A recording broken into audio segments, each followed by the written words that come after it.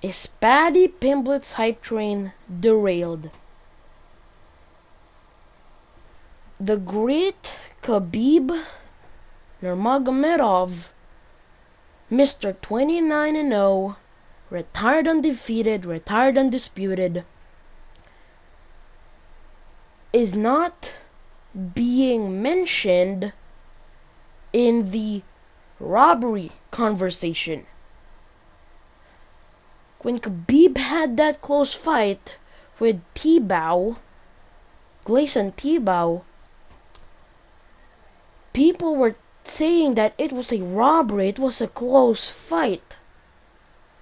But when he retired, you hear nothing of that. Nothing. It was recently brought up by Ariel Helwani, but other than that, nobody's talking about that now.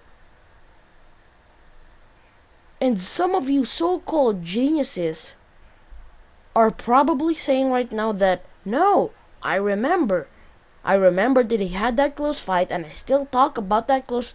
No, you do not matter. You do not matter in the entire conversation, because a majority of MMA fans that talk about Khabib are casuals. When he had that fight with Gleison Tibau, he was the only guy that he couldn't take down. Who's talking about that nowadays? Nobody. And a majority of MMA fans are casuals. And when these people that claim that they talk about that thing with Khabib, they really just don't matter, because they're being overshadowed by these casuals talking about Khabib's legacy. Because those casuals, they don't know the close fight by Gleison Tibau. And when Paddy PImblett also had that close fight with Jared Gordon, I don't think it was a robbery, I think it was a close fight. Do you think that people in a couple years, maybe 10 or maybe 2 decades, will talk about this? What's happening right now, what happened the previous weekends? No, they will not. These MMA fans will talk about what Paddy PImblett has done. That Paddy PImblett was a decent champion. In 2 decades, nobody is going to talk about this whole Jared Gordon thing. They're not. Of course, with one exception. If Jared Gordon does become popular. But I just don't think that's gonna happen. It can, but it's not going to.